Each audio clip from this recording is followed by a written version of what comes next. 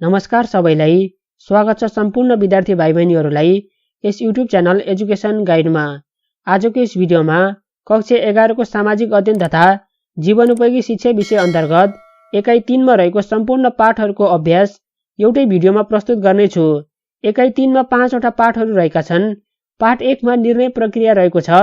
पाठ 2 मा समस्या समाधान, पाठ 3 अन्तर्गत सञ्चार रहेको छ।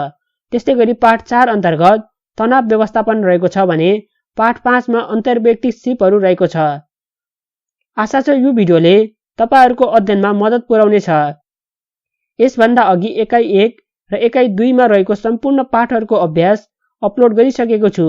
त्यस भिडियोको लिंक भिडियोको डिस्क्रिप्सन बक्समा राखिदिएको छु। लिंकको माध्यमबाट एकाइ 1 र 2 को भिडियो हेर्न सक्नुहुनेछ। सबैजनाले भिडियोलाई एक लाइक र च्यानलमा नयाँ हुनुहुन्छ भने कृपया च्यानललाई सब्स्क्राइब गरिदिनु होला, किनभने आगामी दिनहरुमा यस्तै पढाइ सम्बन्धी भिडियो हेर्नको लागि। त्यसैले सबैजनाले सब्स्क्राइब गरी हामीसँगै जोडिनु होला भन्दै धेरै ढिला नगरी आउनुहोस् आजको भिडियो सुरु गरौं। एकाइ 3 अन्तर्गत पाठ 1 मा रहेको छ निर्णय प्रक्रिया र यस अन्तर्गत अभ्यास रहेको छ।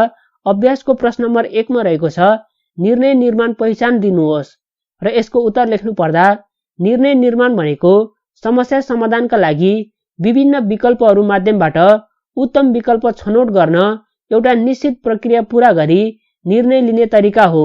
जीवनमा अध्ययन गर्दा वा जीवनयापन गर्दै जाँदा हाम्रा सामु विभिन्न समस्या आइपर्छन्। कुन विधि अध्ययन गर्ने, कहाँ गर्ने, अध्ययन सकिएपछि कुन पेशा अँगाल्ने, आफ्नो जीविका कसरी चलाउने, सामाजिक परिस्थितिहरूसँग कसरी स्थापित गर्ने, देशका विभिन्न गतिविधिहरूमा आफूलाई कसरी सहभागी गराउने आदि समस्याहरू आइपर्छन्।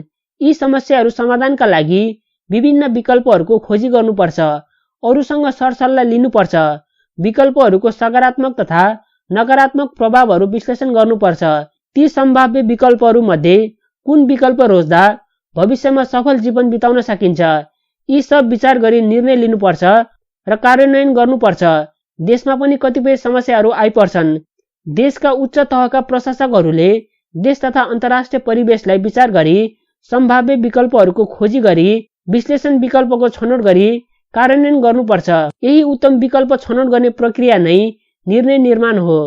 प्रश्न नम्बर 1 पछि अब कुरा गरौं प्रश्न नम्बर 2 अन्तर्गत निर्णय निर्माणका प्रकारहरू उदाहरणसहित वर्णन गर्नुहोस् र यसको उत्तर लेख्नु पर्दा निर्णय निर्माणका प्रकारहरू निम्नलिखित छन्। पहिलो नम्बरमा रहेको छ संगठनात्मक निर्णय। यो कस्तो प्रकारको निर्णय हो भने कुनै कार्यालय वा संघ संस्थाका पदाधिकारी तथा कर्मचारीबाट कार्यालय वा संस्थाको कामका सम्बन्धमा लिइने निर्णयलाई संगठनात्मक निर्णय भनिन्छ। यस प्रकारका निर्णयहरू कार्यालय वा संस्थाको उद्देश्य प्राप्ति तथा समस्या समाधानसँग सम्बन्धित हुन्छन्। त्यस्तै गरेर अर्को निर्णय रहेको छ व्यक्तिगत निर्णय। व्यक्तिले आफ्नो दैनिक जीवन यापनका सिलसिलामा आफ्नो इच्छा अनुसार गर्ने निर्णयलाई व्यक्तिगत निर्णय भनिन्छ। यस्ता किसिमका निर्णय व्यक्ति स्वयंबाट लिइन्छ। यस्ता किसिमका निर्णयको प्रभाव निर्णय लिने व्यक्तिमा बढी सीमित हुन्छ। त्यस्तै गरेर अर्को निर्णय रहेको छ सामूहिक निर्णय। सामूहिक निर्णय भनेको कस्तो निर्णय हो भने आपसी हित वा भलाइका लागि सम्बन्धित व्यक्तिहरू एक आपसमा मिली गरिने निर्णयलाई सामूहिक निर्णय भनिन्छ। यस किसिमका निर्णयमा एक भन्दा बढी व्यक्तिहरू सहभागी हुन्छन्। यस्ता निर्णयमा धेरै जनाको सहभागिता हुने हुँदा कार्यान्वयन सहजता हुन्छ। त्यस्तै गरेर अर्को निर्णय रहेको छ विवेकशील निर्णय। विभिन्न विकल्पहरूको पहिचान गरी तथ्य तथा प्रमाणहरूको विश्लेषणबाट प्राप्त निष्कर्षका आधारमा उपयुक्त तथा सर्वोत्तम विकल्पको छनौट गरी गरिने निर्णयलाई विवेकशील निर्णय भनिन्छ। त्यस्तै गरेर अर्को निर्णय रहेको छ बढोत्तरी निर्णय। यो कस्तो निर्णय हो भने पहिले गरेको निर्णयलाई आधार मानी भइरहेका कामहरूलाई थप परिमार्जन वा सुधार गर्ने गरी लिइने निर्णयलाई बढोत्तरी निर्णय भनिन्छ। जस्तै कुनै विद्यालयमा गत वर्षदेखि पूर्वाधार सुधार कार्यक्रम सञ्चालन भइरहेकोमा आगामी वर्षदेखि व्यवस्थित पुस्तकालय सञ्चालन गर्न लिएको निर्णयलाई बढोत्तरी निर्णय भनिन्छ। त्यस्तै गरी अर्को निर्णय रहेको छ सहभागितामूलक निर्णय। जस्तै लक्षित समूह, सरकारवालाहरू वा लाभग्राहीको फाइदा वा हितका लागि गरिने कार्यहरूमा उनीहरूलाई पनि निर्णय प्रक्रियामा सहभागी गराई गरिने निर्णयलाई सहभागितामूलक निर्णय भनिन्छ। जस्तै कुनै सुकुम्बासी टोलको खानेपानीको समस्या समाधान गर्न स्थानीय गाउँपालिका र वडा अध्यक्ष तथा स्थानीय टोलका प्रतिनिधिहरू मिली छलफल गरे भने त्यसलाई सहभागितामूलक निर्णय भन्न सकिन्छ। त्यस्तै गरी प्रश्न नम्बर 2 पछि अब हामी कुरा गरौँ प्रश्न नम्बर 3 अन्तर्गत निर्णय गर्दा ध्यान दिनुपर्ने कुराहरू सूची तयार पार्नुहोस् भनेको छ र यसको उत्तर लेख्नु पर्दा हामीले काम गर्नु पूर्व आफ्नो उमेर, योग्यता, अनुभव र क्षमता अनुसारका कामका सम्बन्धमा आफ्नो सोच वा विचार बनाएका हुन्छौँ। के गर्ने, किन गर्ने, कसरी गर्ने, कहाँ गर्ने र कहिले गर्ने भन्ने प्रश्नको समाधान गर्दै हामी निष्कर्षमा पुग्छौँ। कहिलेकाहीँ हामीलाई कुनै काम गर्दा ठिक नहुने लागेमा त्यस्तो काम गरिँदैन। यसरी कुनै काम गर्नु पूर्व त्यो काम गर्ने वा नगर्ने भनी विचारपूर्वक गरिएको निष्कर्ष नै निर्णय हो। निर्णय गर्दा ध्यान दिनुपर्ने कुराहरू निम्न अनुसार छन्, जस्तै समस्याको पहिचान गर्ने, समस्याको विश्लेषण गर्ने, विकल्पको पहिचान गर्ने, त्यस्तै विकल्पको विश्लेषण गर्ने, सबैभन्दा राम्रो विकल्प छनौट गर्ने, निर्णय कार्यान्वयन गर्ने, पुनरावलोकन तथा मूल्याङ्कन गर्ने। र प्रश्न नम्बर 3 पछि अब प्रश्न नम्बर 4 अन्तर्गत कुरा गरौँ। निर्णय निर्माण जटिल र व्यवहारिक काम हो। यस भनाइलाई आफ्नो तर्कले पुष्टि गर्नुहोस् र यसको उत्तर लेख्नु पर्दा निर्णय निर्माण प्रक्रिया एउटा अत्यन्तै जटिल सँगसँगै व्यवहारिक काम हो। निर्णयका लागि उपयुक्त विकल्प छनौट गर्दा त्यसको कार्यान्वयनको अवस्था, सो विकल्प छनौट गर्नुको कारण र आफूलाई लागेको अनुभूति विचार गरी निर्णय गर्नुपर्दछ। उपलब्ध समय, आवश्यक पर्ने मानवीय, भौतिक, वित्तीय, प्राविधिक स्रोत साधनको उपलब्धता, आन्तरिक वातावरणीय पक्षहरू लगायतका कुराहरूमा पनि विचार पुर्याउनु पर्छ। ठूला निर्णयहरूमा राष्ट्रिय तथा अन्तर्राष्ट्रिय आर्थिक, सामाजिक, सांस्कृतिक, भौगोलिक र प्रशासनिक पक्ष, मुलुकको नीति तथा कानुनी व्यवस्था, प्रतिस्पर्धीको अवस्था, विज्ञान र प्रविधिको विकास लगायतका बाह्य वातावरणीय पक्षहरूलाई समेत विश्लेषण गर्नुपर्छ। तथ्य र प्रमाणका आधारमा व्यक्तिगत वा संस्थागत रूपमा गरिएका उपयुक्त निर्णयहरूले राम्रो परिणाम दिन्छन्। पूर्व तयारी वा गहन सोच विचार र तथ्यगत विश्लेषण बिना गरिएको निर्णयबाट स्रोत साधन र समयको दुरुपयोग मात्र हुन्छ। निर्णय गर्ने कार्य एउटा गहन तथा संवेदनशील कार्य हो। निर्णय निर्माण प्रक्रियामा हामीले विभिन्न बाधा र अडचनहरू सामना गर्नुपर्ने हुन्छ, जस्तै पर्याप्त सूचनाको अभाव, तत्कालको परिस्थिति वा वातावरण, दबाव समूह, भविष्यको असर वा प्रभाव, स्रोत साधनको उपलब्धता, निर्णय गर्ने अधिकार, त्यस्तै गरी समय सीमा, विद्यमान नीति कानुन र अन्तमा निर्णय निर्माण जटिल र व्यवहारिक काम हो। हामीलाई मौखिक जवाब दिन जति सजिलो होला, पर्यायको अवस्थामा निर्णय गर्न त्यति नै कठिन हुन सक्छ। र पाठ 1 अन्तर्गतको अभ्यासहरू यति नै थियो। र अब एकाइ 3 अन्तर्गत पाठ 2 मा रहेको समस्या समाधानको अभ्यासतिर लागौं। प्रश्न नम्बर 1 मा रहेको छ समस्या भनेको के हो र यसको उत्तर लेख्नु पर्दा विचार ग्रहणमा परेका कठिनको अवस्था समस्या हो।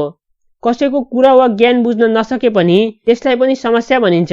एक व्यक्ति र अर्को व्यक्तिबीच हुने फरक विचारले पनि समस्या सिर्जना हुन्छ। काम गर्दै जाँदा काम पूरा गर्न नसक्ने अवस्था पनि समस्या हो। बुझाइ वा विचार ग्रहणमा परेको कठिनाइको अवस्था समाधानका लागि खोजिने प्रश्न पनि समस्या हो। नकारात्मक सोच पनि समस्या हो। मानिसको उमेर, खोजको अवस्था, काम गर्ने ठाउँमा वातावरण, अनुभव तथा ज्ञान आदि जस्ता कुराहरूले कुनै कुरा समस्या ठान्ने वा ठान्ने कुरा निर्धारण गर्छ। मानिसको उमेर, क्षमता तथा अनुभव आदिले गर्दा कुनै विषयलाई समाधान गर्न सक्षम छ भने सो विषय उसका लागि समस्या हुँदैन, तर समाधान गर्न सकेन भने समस्या हुन्छ। र प्रश्न नम्बर 1 पछि अब कुरा गरौँ प्रश्न नम्बर 2 अन्तर्गत समस्या कसरी पहिचान गरिन्छ र यसको उत्तर लेख्नु पर्दा कुनै पनि काम वा विषय वा पेशा गर्न नसकेमा समस्या हुन्छ। विचार फरक गरी विवाद हुने अवस्था भए समस्या हुन्छ। आफूले चाहेको वातावरण नपाए समस्या हुन्छ। काम गर्ने तरिका फरक परेमा समस्या हुन सक्छ। आफूले नजानेको वा नगरेको काम आइपरेमा समस्या हुन्छ। यसकारण बुझाइमा वा विचार ग्रहण गर्नमा कठिनाइ परेको अवस्था सिर्जना भएमा समस्या पनि पहिचान गर्नुपर्छ। र प्रश्न नम्बर 2 पछि अब कुरा गरौँ प्रश्न नम्बर 3 अन्तर्गत समस्या समाधानका मुख्य चरणहरू के हुन् र यसको उत्तर लेख्नु पर्दा समस्याको पहिचान पछि समस्याको समाधानको चरण सुरु हुन्छ। समस्या समाधान गर्न समस्याको विश्लेषण गरिन्छ। समस्याको विश्लेषणका लागि समस्याको कारण पहिचान गर्नुपर्छ। यस्तै तर्क गरेर पनि समस्या समाधान गर्न सकिन्छ। समस्या समाधानका अनेकौं विकल्प पत्ता लगाई उपयुक्त विकल्पको औचित्य पुष्टि गरेर पनि समस्या समाधान गर्न सकिन्छ। कहिलेकाहीँ समस्यालाई सृजनात्मक कार्यमा परिणत गर्न सकिन्छ। समस्या समाधानका लागि सकारात्मक सोच आवश्यक पर्छ। समस्या समाधानका निम्नलिखित चरणहरू रहेका छन्, जस्तै समस्या पहिचान र परिभाषा, परिकल्पना, तथ्य सङ्कलन, विश्लेषण, निष्कर्ष, समस्या समाधानको निष्कर्षको प्रयोग। र प्रश्न नम्बर 3 पछि अब कुरा गरौँ प्रश्न नम्बर 4 अन्तर्गत समस्याको निष्कर्ष कसरी निकालिन्छ र यसको उत्तर लेख्नु पर्दा समस्याको कारण समस्या समाधानका लागि चयन गरिएको विकल्प र सो विकल्पसँग सम्बन्धित तथ्यका आधारमा समस्या समाधानको निष्कर्ष निकालिन्छ। र एकाइ 2 अन्तर्गतको पाठ 2 पछि अब कुरा गरौँ पाठ 3 अन्तर्गत। पाठ 3 अन्तर्गत सञ्चार भन्ने पाठ रहेको छ र यसको अभ्यासको प्रश्न नम्बर 1 मा रहेको छ सञ्चार भनेको के हो, सञ्चार कति प्रकारका हुन्छन्, सञ्चारका तत्त्वहरूको सूची बनाउनुहोस्। र यसको उत्तर लेख्नु पर्दा दुई पक्षहरू बीच सूचना आदान प्रदान गर्ने र अर्थ बुझ्ने प्रक्रियालाई सञ्चार भनिन्छ। सञ्चारमा 2 वा 2 भन्दा बढी पक्षहरू वा व्यक्तिहरू पनि हुन सक्छन्। सञ्चार व्यक्ति, समूह वा संस्थाहरू बीच हुने गर्दछ। सञ्चार एउटा व्यवस्थित प्रक्रिया हो। एलेनका अनुसार सञ्चार अरूको मस्तिष्कसँग समझदारी कायम गर्नका लागि व्यक्तिले गर्ने सबै कार्यहरूको योग हो। सञ्चारमा सूचना, जानकारी, विचार वा भावना आदि पठाउने तथा बुझ्ने काम हुन्छ। सञ्चारका लागि माध्यमको आवश्यकता पर्छ। अब कुरा गरौँ सञ्चारका प्रकारहरू। सञ्चार 3 प्रकारका हुन्छन्, जस्तै मौखिक सञ्चार। मौखिक सञ्चार भनेको कस्तो सञ्चार हो भने व्यक्तिले कुनै भाषा प्रयोग गरेर सूचना वा सन्देश आदान प्रदान गर्छ भने त्यसलाई मौखिक सञ्चार भनिन्छ। यो सबैभन्दा सरल, प्रचलित र महत्त्वपूर्ण विधि हो।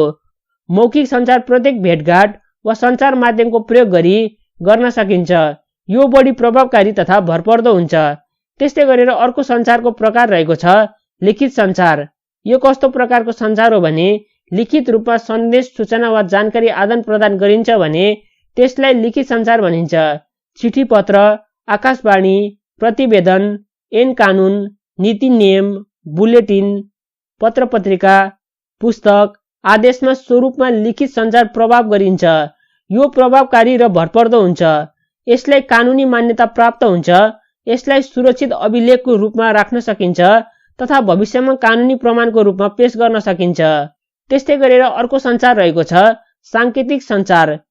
यो कुनै भाषा वा शब्दको प्रयोग नगरी सङ्केतका आधारमा सूचना आदान प्रदान गरिन्छ भने त्यसलाई साङ्केतिक सञ्चार भनिन्छ। यसमा इशारा, सङ्केत चिन्ह, चित्र, शारीरिक हावभाव, नक्सा आदिको प्रयोग गरिन्छ। ट्राफिक चिन्हहरू पनि साङ्केतिक सञ्चार हुन्। छोटो समयमा तत्काल सन्देश पठाउन साङ्केतिक सञ्चार महत्त्वपूर्ण हुन्छ। जस्तै बिराना ठाउँमा रहेका मानिसहरूले झण्डा हल्लाएर वा आगो बालेर हवाई खोजीलाई सन्देश प्रवाह गर्छन्। अब कुरा गरौँ सञ्चारका तत्त्वहरू। सञ्चार स्थापना गर्न निम्न तत्त्वहरूको आवश्यक पर्छ। पहिलो नम्बरमा रहेको छ 2 वा 2 भन्दा बढी पक्षहरू वा व्यक्तिहरू। त्यस्तै गरेर अर्को रहेको छ सञ्चारको माध्यम प्रेषक, त्यस्तै प्रापक अथवा सूचना पठाउनेलाई प्रापक भनिन्छ र प्राप्त सूचनालाई स्वीकार गर्नु, सूचनालाई सही रूपमा बुझ्नु र अर्को रहेको छ सूचनाप्रति प्रतिक्रिया जनाउनु। र प्रश्न नम्बर 2 अन्तर्गत प्रभावकारी सञ्चारका अवरोधहरू उल्लेख गर्नुहोस् र यसको उत्तर लेख्नु पर्दा सञ्चार प्रणालीमा विभिन्न तत्त्वहरूले बाधा उत्पन्न गर्न सक्छन्। ती तत्त्वहरूलाई सञ्चारका अवरोधक भनिन्छ। व्यक्तिगत वा सामूहिक रूपमा गरिने सञ्चार, व्यक्तिगत वा सामूहिक रूपमा गरिने सञ्चार तथा दोहोरो हुनुपर्दछ। कुनै बाधा अवरोध उत्पन्न हुनु हुँदैन। तर कहिलेकाहीँ सञ्चार प्रक्रियामा विभिन्न अवरोधहरू आइपर्छन्।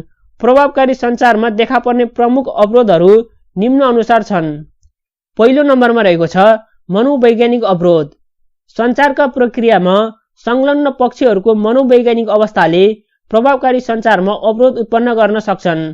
व्यक्तिमा भएको सूचना छनौटको प्रवृत्ति, सूचनाको बोझ, आवेग र लैङ्गिक शैलीले प्रभावकारी सञ्चारमा अवरोध सिर्जना हुन सक्छ। र अर्को रहेको छ भाषिक अवरोध।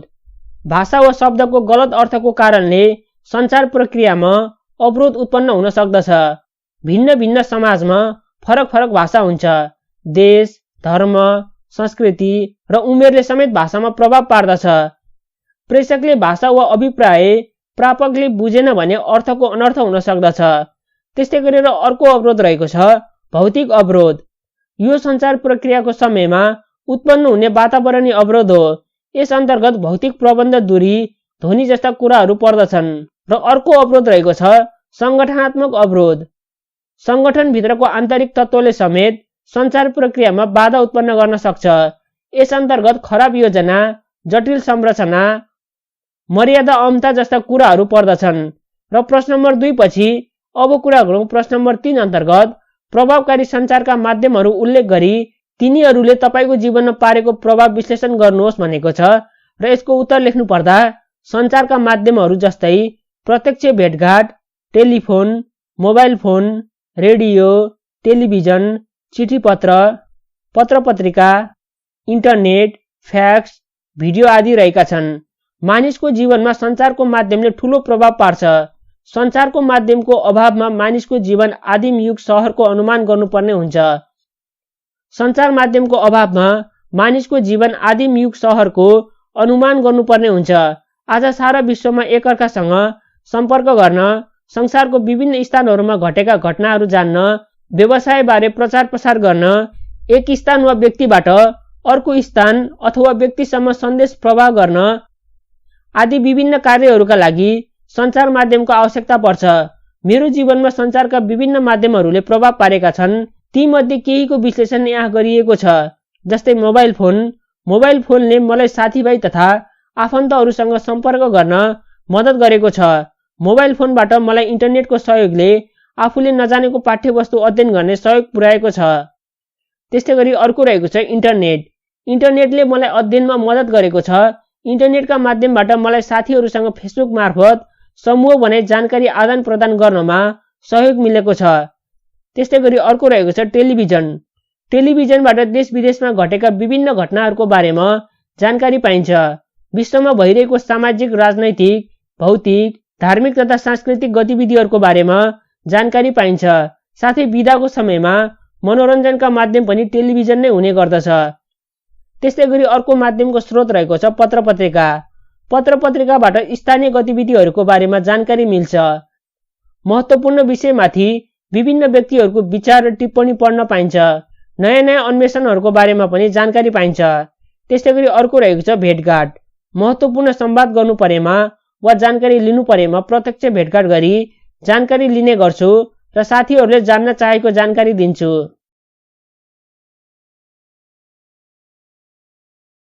र प्रश्न नम्बर 3 पछि अब कुरा गरौँ प्रश्न नम्बर 4 अन्तर्गत प्रभावकारी सञ्चारले प्रभावकारी सम्बन्ध स्थापना गर्न सहयोग गर्दछ भन्ने तथ्यलाई उदाहरणसहित पुष्टि गर्नुहोस्। र यसको उत्तर लेख्नु पर्दा सञ्चार भनेको दुई पक्षहरू बीच हुने एक व्यवस्थित प्रक्रिया हो। यसमा सूचना, जानकारी, विचार र भावनाहरू पठाउने, प्राप्त गर्ने तथा बुझ्ने कार्य गरिन्छ।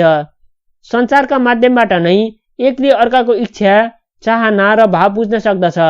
सूचना वा सन्देशलाई उपयुक्त ढङ्गबाट साङ्केतिकरण गरिसकेपछि सूचना वा सन्देशहरूको आदान प्रदान गर्न यस्ता माध्यमको आवश्यकता पर्दछ। प्रत्यक्ष भेटघाट, telephone, mobile phone, radio television, चिठीपत्र, पत्रपत्रिका, इन्टरनेट, फ्याक्स, भिडियो आदि प्रचलनमा रहेका मुख्य सञ्चार माध्यम हुन्। प्रभावकारी सञ्चारले प्रभावकारी सम्बन्ध स्थापना गर्ने मात्र नभई निम्न अनुसार सहयोग पनि गर्दछ। जस्तै प्रभावकारी योजना, समन्वय, नियन्त्रण, अनुगमन, मूल्याङ्कन र साङ्गठनिक कार्य वातावरण मार्फत सङ्गठनको सुधार गर्न। अर्को रहेको छ कर्मचारीको कार्य सम्पादन, मूल्याङ्कन वस्तुगत बनाउन। र अर्को रहेको छ अन्तर्निकाय समन्वय कायम गर्न। र अर्को रहेको छ सङ्गठनका क्रियाकलापहरूको प्रचार प्रसार गर्न। र अर्को रहेको छ प्रभावकारी निर्णय गर्न। र अब पाठ 1, पाठ 2 र पाठ 3 पछि पाठ 4 को कुरा गरौँ। पाठ 4 अन्तर्गत तनाव व्यवस्थापन भन्ने शीर्षक रहेको छ र त्यस पाठको अभ्यासको प्रश्न नम्बर 1 मा रहेको छ माथिको घटनामा तनाव सिर्जना गर्ने के कारण उल्लेख गरिएका छन्। र यसको उत्तर लेख्नु पर्दा माथिको घटनामा तनाव सिर्जना गर्ने कारणहरू निम्नलिखित छन्। जस्तै कक्षा 11 को परीक्षामा राम्रो नतिजा ल्याउने, सहरको खर्चिलो बसाइ खर्च जुटाउने समस्या। र अर्को रहेको छ वृद्ध बाआमाको जिम्मामा सानो भाइलाई राखेर आउनु, बाआमा पालैपालो बिरामी पर्नु। र अर्को रहेको छ पढाइमा ध्यान केन्द्रित गर्न नसक्नु, मनमा नकारात्मक विचार उत्पन्न हुनु। र प्रश्न नम्बर 2 अन्तर्गत तनावले ज्ञानहरीलाई कस्तो असर पारेको छ र यसको उत्तर लेख्नु पर्दा तनावले गर्दा ज्ञानहरीले अध्ययनमा ध्यान केन्द्रित गर्न सकेको छैन। यसबाट परीक्षामा राम्रो नतिजा आउनमा शङ्का उत्पन्न भएको छ। खाना खान मन लाग्न छाडेको छ। उसले राति राम्ररी निद्रा लाग्दैन। उनका मनमा नकारात्मक विचारहरू आउन थालेको छ तथा ऊ निराश हुन थालेको छ। र प्रश्न नम्बर 3 अन्तर्गत तनाव व्यवस्थापनमा योग र ध्यानले पुर्याउने फाइदा के हुन् र यसको उत्तर लेख्नु पर्दा व्यक्तिमा उत्पन्न हुने मानसिक दबावको अवस्था तनाव हो। वातावरणमा आएको परिवर्तनका कारण व्यक्तिमा देखिएको शारीरिक तथा मानसिक परिवर्तनको स्थिति नै तनाव हो। योगले तन र मनमा फूर्ति आउँछ। योगका कारण विचार स्वच्छ हुन्छ। यदि विचार स्वच्छ भएमा हाम्रो मानसिक अवस्था पनि सुधार गर्न सकिन्छ। नियमित योग गर्ने मानिस र योग नगर्ने मानिसमा तुलना गर्ने हो भने योग नगर्ने मानिस भन्दा योग गर्ने मानिस स्वस्थ, तनावमुक्त, तन्दुरुस्त देखिन्छन्। योग शारीरिक, मानसिक र आध्यात्मिक अभ्यास वा अनुशासनको एक समूह हो। स्वास्थ्य अवस्था कायम राख्न योग आवश्यक छ। स्वास्थ्य मानिसको चिनारी योग मात्र नभएको भन्ने हुँदैन। मानिस स्वास्थ्य रहन शारीरिक, मानसिक र सामाजिक अवस्थामा पनि स्वास्थ्य रहन आवश्यक हुन्छ। यसरी शारीरिक, मानसिक र सामाजिक हिसाबले स्वस्थ बनाउने एक उपाय भनेको योग र ध्यान नै हो। योगका कारण शारीरिक, मानसिक अवस्था निर्मल रहन्छ र यही शारीरिक, मानसिक अवस्था राम्रो भयो भने मानिस समाजमा आफ्नो अस्तित्वको पहिचान दिन सक्छ। तनाव व्यवस्थापनमा योग र ध्यानले पुर्याउने फाइदाहरू निम्न अनुसार रहेका छन्। जस्तै चिन्ता, पीर, तनाव वा दबाव मुक्त गर्ने, मनलाई शान्त बनाउँछ, शरीरमा खुसी ल्याउने, अनावश्यक खर्च वा कार्य गर्ने प्रविधिको अन्त्य गर्ने, सकारात्मक कुराहरूबाट शारीरिक तथा मानसिक सन्तुष्टि प्रदान गर्ने। र प्रश्न नम्बर 4 अन्तर्गत तनाव व्यवस्थापनमा ज्ञानहरीले अपनाएका रणनीतिहरू वास्तवमा सकारात्मक छन्। यस भनाइलाई पुष्टि गर्नुहोस् र यसको उत्तर लेख्नु पर्दा तनाव व्यवस्थापनमा ज्ञानहरीले अपनाएका रणनीतिहरू सृजनशील छन् र उपयुक्त पनि छन्। कुनै काम वा कुराले हाम्रो मस्तिष्कमा दबाव, झन्झट, झमेला, दुःख, कष्ट, पीर, बेचैनी, हैरानी आदि उत्पन्न हुनुलाई तनाव भनिन्छ भने तनाव व्यवस्थापन भन्नाले यस्ता प्रकारका मानसिक समस्याहरूको समाधान गर्ने वा निवारण गर्नुलाई तनाव व्यवस्थापन भनिन्छ। मानसिक तनावको व्यवस्थापन सकारात्मक र नकारात्मक ढङ्गले गर्दछ, तर तनावको व्यवस्थापन विभिन्न रणनीतिहरूको प्रयोग गरी सकारात्मक ढङ्गले गर्नुपर्छ। ज्ञानहरीले अपनाएका रणनीतिहरू यस प्रकारका रहेका छन्। उनले ध्यान र योग गरे। जस्तै उनले ध्यान र योग गरे, चित्रकला र सङ्गीतमा संलग्न भए, असल साथीसँग घुलमिल गरेर सल्लाह लिए, एकान्त प्रेमबाट टाढा रहे, सन्तुलित भोजन र दैनिक व्यायाम गरे। र प्रश्न नम्बर 4 पछि अब कुरा गरौँ प्रश्न नम्बर 5 अन्तर्गत तनाव हुनुभन्दा पनि त्यसलाई कसरी व्यवस्थापन गरिन्छ भन्ने कुरा बढी महत्त्वपूर्ण हुन्छ। के तपाईँ यस भनाइसँग सहमत हुनुहुन्छ? आफ्ना तर्कहरू प्रस्तुत गर्नुहोस् भनेको छ र यसको उत्तर लेख्नु पर्दा तनाव हुनुभन्दा पनि त्यसलाई कसरी व्यवस्थापन गरिन्छ भन्ने कुरा बढी महत्त्वपूर्ण हुन्छ। म यस भनाइसँग सहमत छु। धेरै थोरै तनाव सबैमा हुन्छ। आफ्नो समग्र विकासका लागि पनि तनाव आवश्यक छ भन्ने आदि सुन्नमा आउँछन्। हामीले हाम्रो सोचद्वारा नै तनाव निम्त्याउँछौँ। यो आवश्यक ठानेर नै अन्यथा तनाव नभएको मानिस पनि बन्न सक्छौँ। हामी त्यसको लागि आफूलाई, आफ्नो मनलाई, आफ्नो स्वभावलाई, बानी बेहोरालाई, आचरणलाई व्यवस्थापन गर्नुपर्छ। तनावको निवारणको उपाय भनेको आफैमा समझको विकास हुनु नै हो। जुन कुरा आफ्नो हातमा छैन त्यसप्रति तनाव लिएर कुनै फाइदा हुँदैन। मानसिक रूपमा नकारात्मक सोचको विकास गर्नु, नकारात्मक ऊर्जा फैलाउनु, नकारात्मक कुरामा चासो दिनु र कुलत त्याग्न नसक्नु तनावका कारण हुन्। अरूका कुरा र व्यवहारलाई हामी व्यवस्थापन गर्न सक्दैनौँ, तर ती कुराहरूबाट आफै जोगिएर बस्न भने सक्छौँ। यही नै आफैले आफैलाई व्यवस्थापन गर्ने सही तरिका हो। र पाठ 4 पछि अब कुरा गरौँ पाठ 5 अन्तर्गत। पाठ 5 मा अन्तर्व्यक्तिक सिपहरू भन्ने शीर्षक रहेको छ र त्यस अन्तर्गत भएका अभ्यासको प्रश्न नम्बर 1 अन्तर्गत अन्तर्व्यक्तिक सिप भनेको के हो र यसको उत्तर लेख्नु पर्दा अन्तर्व्यक्तिक सिप भनेको सामाजिक संवाद गर्ने र अरूसँग सम्बन्ध बढाउने सिप हो। यो व्यक्तिको आन्तरिक क्षमता विकास गरी सामाजिक परिवेशमा समायोजन गर्न सक्ने सिप हो। यो आफूले नजानेको कुरा अरूसँग सिक्ने र आफ्नो विचार अरूसँग सञ्चार गर्ने सिप हो। र प्रश्न नम्बर 2 अन्तर्गत अन्तर्व्यक्ति सिप किन महत्त्वपूर्ण छ र यसको उत्तर लेख्नु पर्दा अन्तर्व्यक्ति सिप महत्त्वपूर्ण छ किनकि यसले सामाजिक संवाद गर्ने र अरूसँग सम्बन्ध बढाउने सिप विकास गर्छ। व्यक्तिको आन्तरिक क्षमता विकास गरी सामाजिक परिवेशमा मिल्न सिकाउँछ। आफ्नो लक्ष्य प्राप्तिका लागि चुनौतीको सामना गर्न सिकाउँछ। आफ्ना आचार विचार र संवाद संस्कृतिलाई राम्रो बनाउन सिकाउँछ। आफ्नो कामलाई व्यवस्थित गर्न सिकाउँछ। आफूभित्रका असमझदारी हटाई अरूको क्षमता पहिचान गर्ने सिपको विकास गराउँछ। आफ्नो व्यक्तित्व विकास गर्न सघाउँछ। र प्रश्न नम्बर 2 पछि प्रश्न नम्बर 3 अन्तर्गत के प्रश्न गरेको छ भने अन्तर्व्यक्ति सम्बन्ध सुधार गर्ने उपायहरू लेख्नुहोस् र यसको उत्तर लेख्नु पर्दा अन्तर्व्यक्ति सिप भनेको मनको मैलो फालेर ज्ञानको थैलो भर्ने माध्यम हो। त्यसैले यसको सम्बन्ध सुधार गर्ने उपायहरू यस प्रकार रहेका छन्। जस्तै हामीले रिस, ईर्ष्या, डाहा जस्ता संवेग नियन्त्रण गर्नुपर्छ। मैले मात्र जानेको छु भन्ने बिर्सेर अरूको विज्ञता र अनुभवको सम्मान गर्नुपर्छ। अरूको इच्छा आकांक्षा बुझ्नुपर्छ। अरूप्रति समानुभूति अग्रगामी सोच बनाउनुपर्छ। अरूलाई होच्याएर र दमन गरेर होइन सम्मानपूर्वक कुरा गर्नुपर्छ। र प्रश्न नम्बर 3 पछि प्रश्न नम्बर 4 अन्तर्गतको कुरा गरौँ। अन्तर्व्यक्ति सम्बन्ध सुधारका लागि सामाजिक सञ्जाललाई कसरी प्रयोग गर्नुपर्छ र यसको उत्तर लेख्नु पर्दा हामीले अन्तर्व्यक्ति सम्बन्ध विभिन्न माध्यमबाट सुधार गर्न सक्छौँ। त्यसमध्ये आजको युगमा अन्तर्व्यक्ति सम्बन्ध सुधारका लागि सामाजिक सञ्जाल सबैभन्दा प्रभावकारी र उत्तम विकल्प बन्दै आएको छ।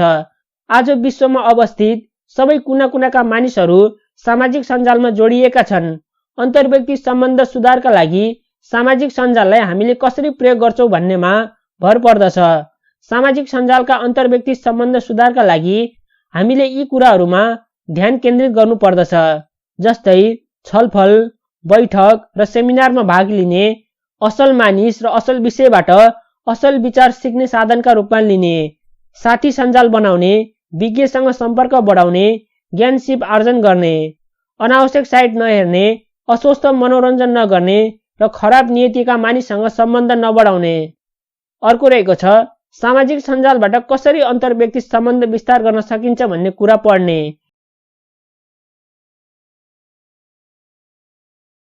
र प्रश्न नम्बर 4 पछि अब कुरा गरौँ प्रश्न नम्बर 5 अन्तर्गत असल नेतृत्व विकास गर्न के गर्न सकिन्छ र यसको उत्तर लेख्नु पर्दा नेतृत्व व्यक्ति, समूह र संगठनको अगुवाई गर्ने कार्य हो।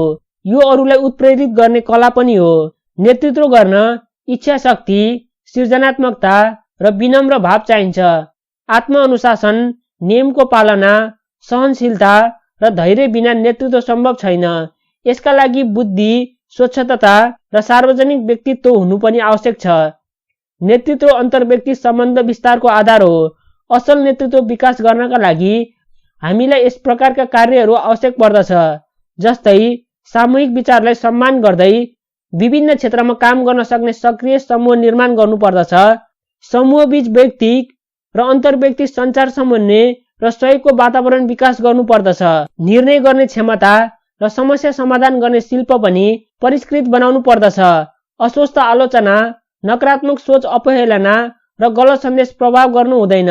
र प्रश्न नम्बर 5 पछि अब कुरा गरौँ प्रश्न नम्बर 6 अन्तर्गत टोली कार्य भनेको के हो र यसबाट कसरी नेतृत्व विकास हुन्छ र यसको उत्तर लेख्नु पर्दा टोली कार्य समूहमा काम गर्ने सिप हो। समूहमा काम गर्दा व्यवस्थापक र कामदार व्यक्ति हुन्छ। काम गर्दा गर्दै मानिसहरूले सिक्छन् र त्यसलाई नेतृत्वका रूपमा परिणत गर्छन्। टोली कार्य संवाद, योजना, बैठक र सहकार्यमा अरूसँग मिलेर काम गर्ने दक्षता र गुणस्तर हो। टोली कार्यबाट नेतृत्व विकास गर्न यी कुराहरूको कार्यान्वयन गर्नुपर्दछ। जस्तै समूहमा खुल्ला र इमानदारीपूर्वक काम गर्नुहोस्, सामूहिक लक्ष्य निर्धारण गर्नुहोस्, आफ्ना सफलतालाई सम्मान गर्नुहोस्, समूहका प्रत्येकलाई समस्या समाधानमा सहभागी बनाउनुहोस्, समूहका लागि स्रोत र दक्षता विकासको व्यवस्था गर्नुहोस्, सबैलाई उत्तरदायी बनाउनुहोस्, व्यक्ति बीच सम्बन्ध विस्तार गर्नुहोस्, त्यस्तै सबैप्रति सहानुभूति राखी खुल्ला दृष्टि राख्नुहोस्, सबैलाई सम्मान गर्नुहोस्। विद्यार्थी भाइ बहिनीहरू, कक्षा 11 को सामाजिक अध्ययन तथा जीवनोपयोगी शिक्षा विषयको एकाइ 3 अन्तर्गतको पाठ 1 देखि पाठ 5 सम्मको सम्पूर्ण अभ्यासहरू गर्यौं। भिडियो महत्त्वपूर्ण लागे भिडियोलाई एक लाइक र च्यानलमा नयाँ हुनुहुन्छ भने कृपया च्यानललाई सब्स्क्राइब गरेर हामीसँगै जोडिनुहोला भन्दै आजलाई भिडियो यति नै। हस्त, धन्यवाद।